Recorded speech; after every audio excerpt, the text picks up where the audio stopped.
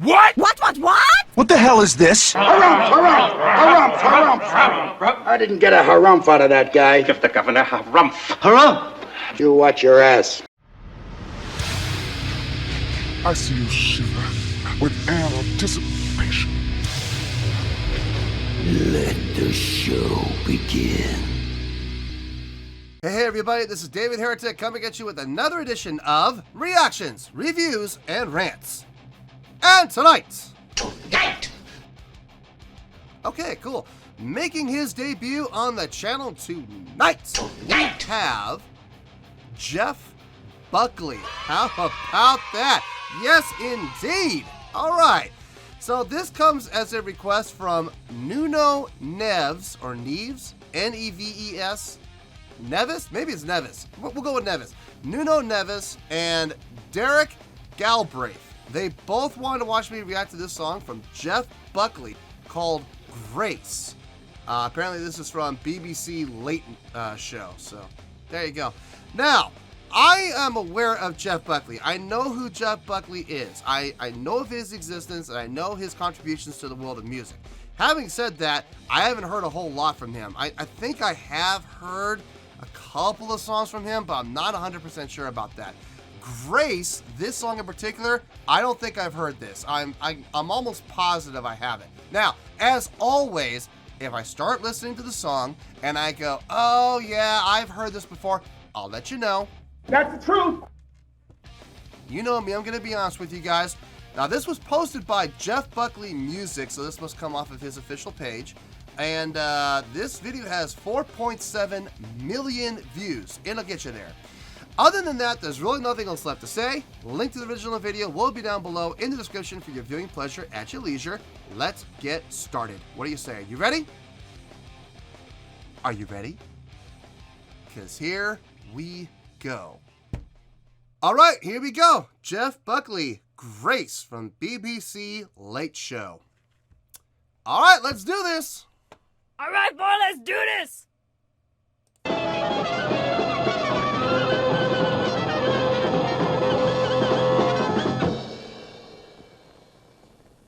Andrew O'Hagan reporting.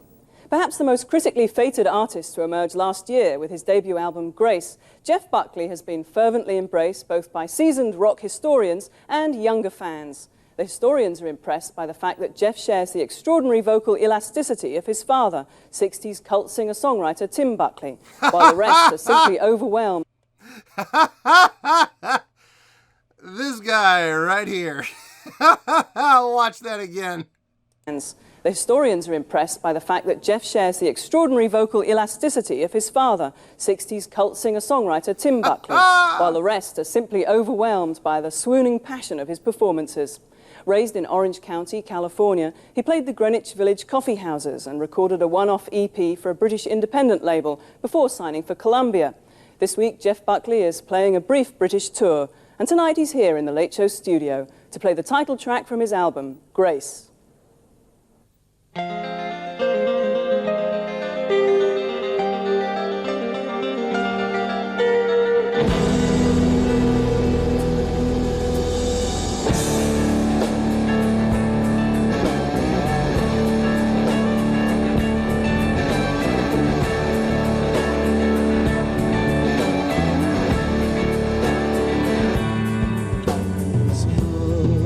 Asking to stay long enough for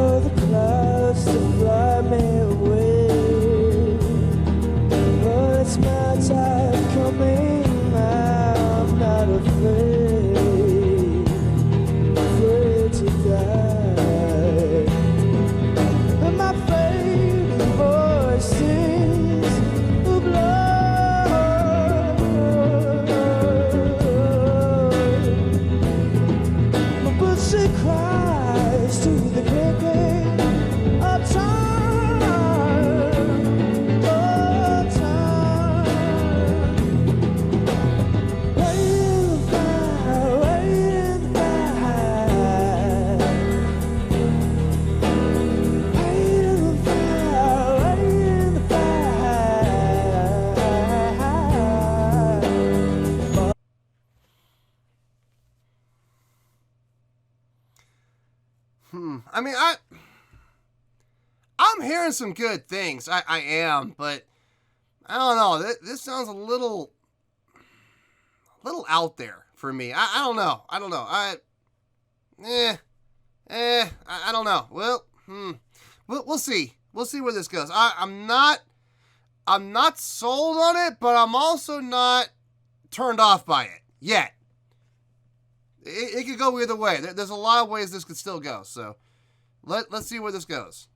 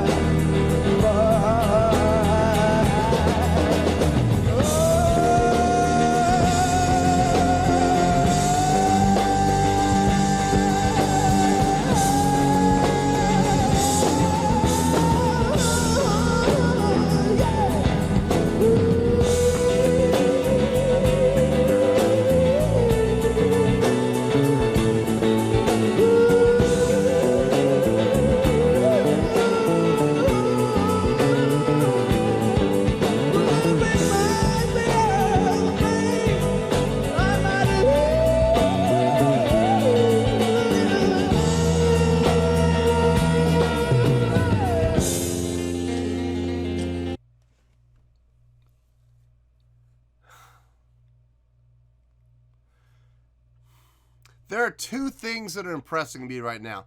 That bass player has got some great chops. He's playing some great counter melody lines that are really nicely done. I'm digging that, and I'm digging his tone that he's getting out of his bass as well. And the other thing that's really impressing me right now are the vocals. The guy's got some serious vocal talent, serious vocal chops. I mean, he's got great range, great diction. He's got great inflections. His vibrato, it looks like he's doing his vibrato from his throat and from his neck. You really should be doing vibrato from your diaphragm, but, you know, I mean, I know a lot of vocalists who do it from their throat, and it's fine. It's just, it's not, how should I put this? It's not technically correct, I guess. Take that for what it's worth. I just know with me, when I was taking vocal lessons, that was hammered into me. I tried doing vocal from vibrato from my throat, and boy, the instructor I was taking lessons from, boy, he let me know that's not correct. So anyway, the rest of the song, it's out there. Like, it's really out there. Like, I would put this borderline experimental. It's out there. I'm having a hard time getting behind it. I am. I don't know. I don't know if there's any saving it for me at this point. But we got a minute and 52. A lot can still happen. So let's see. Let's see.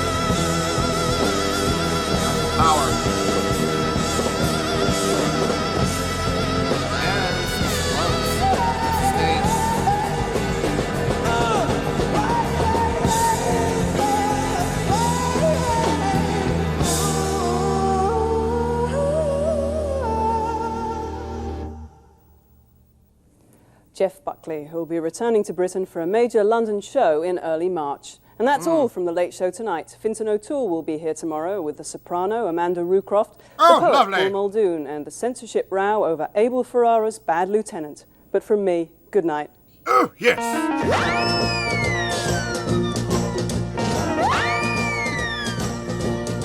Really? You're going to use the whistle like that? Okay, well, oh, yes, it's jolly good, yes. I'm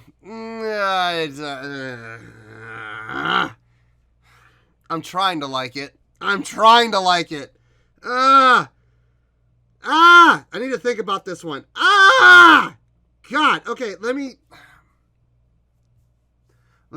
I don't know. Let me go just smack myself in the head with a frying pan or something like that. Maybe that'll help make all this make sense. I don't know. I'll be back. I'll get back to you. 16 paranoia-filled days later. Well, there you go, folks. That was Jeff Buckley with Grace. This was a request from Nudo Neves and Derek Galbraith. Boy, I had to think about this one. I really had to give this one some thought. Oh, God, I was not feeling this. But even with me not feeling it, I still was able to find some things that were good. So it's not getting a bad score. It's not down in the 4s or anything like that. It's not even in the 5s, surprisingly or not. On a scale of 1 to 10, I'm giving this a 6.3. Yep, 6.3. I feel good with that score. Let me tell you why. Why? I could not get behind this song. I just couldn't. There's no way this song was going to hook me. It was very out there, like really out there. It was very hard to follow. The drumming was solid. The drumming was probably the most solid thing, like as far as easy to follow. It was probably the easiest thing to follow in the entire group, other than the other electric guitars. But the drumming was solid. I had no issues with the drummer. The drummer was doing fine. Okay, it was perfectly fine. I like his hi-hat usage too. He had great control on the opening and closing of the hi-hat. Just, I know that's, everyone's like, that's not a big deal. Try it sometime. Try opening and closing a hi-hat for 4 or 5 minutes straight and see how well see how steady you can keep it. No, he was very steady with the hi-hat. Very impressive. The other guitar player, the electric guitar player, I get what he was trying to accomplish and I get what he was doing. Wrong guitar patch. Wrong guitar patch. That guitar patch, the distortion on that, and here's the thing, I love distortion. I love distorted guitars. Too much distortion. For this kind of a song, it was too dirty. They needed to bring it down. Cut back on the turbo, cut back on the bite, cut back on the overdrive. You do that, you get a lighter distortion. Yeah, it would have fit. But this distortion patch that he was using, it was too much. It was way, way too strong. Especially once all he was doing was sustaining chords.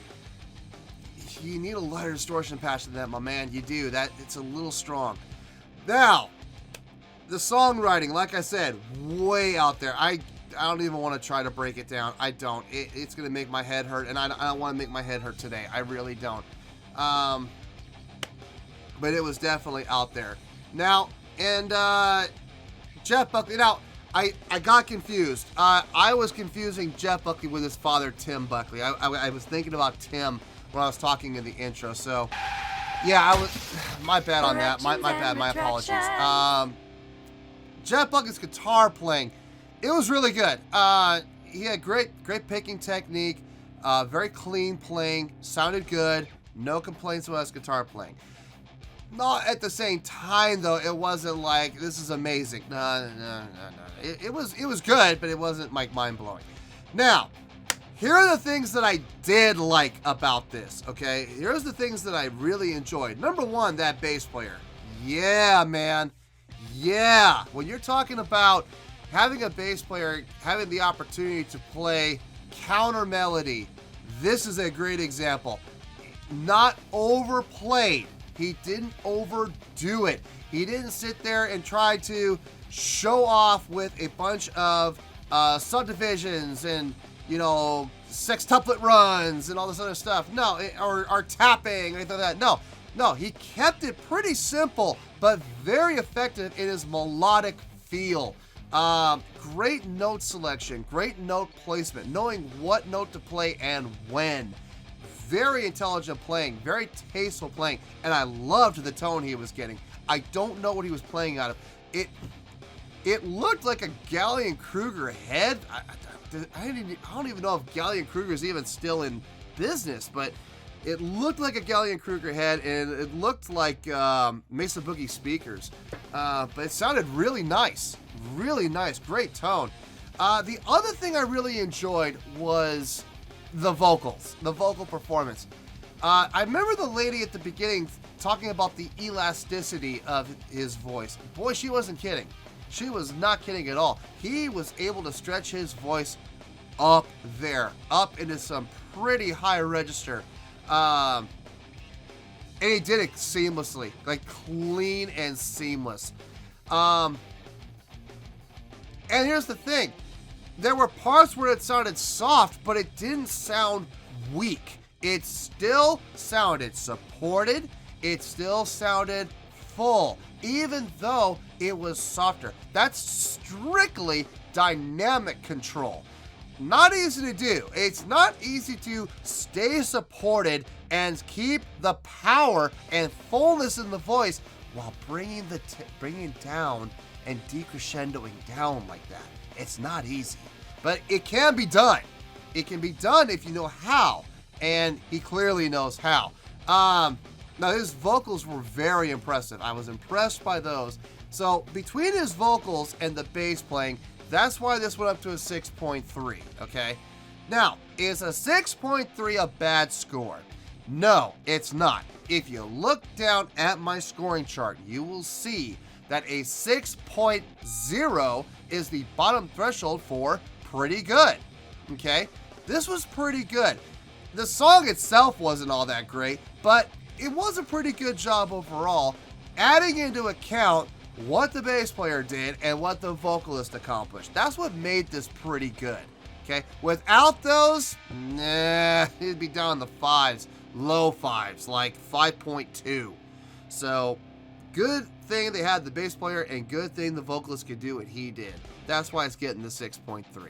So, 6.3, final score, I have spoken. Well, that's going to do it for this edition of Reactions, Reviews, and Rants. Hope you all enjoyed the show. Hopefully I was able to entertain you. If I was able to put a smile on your face and brighten your day, I did my job, and I'm so glad I could do it. If you did enjoy the show and you'd like to see more videos like this, feel free to join the fan base by clicking on that button down there. Yeah, you know the button I'm talking about. Click on that button, join the fan base, and become one of us. Now, for whatever reason, if you don't feel like clicking on that button, that's okay. I still respect you.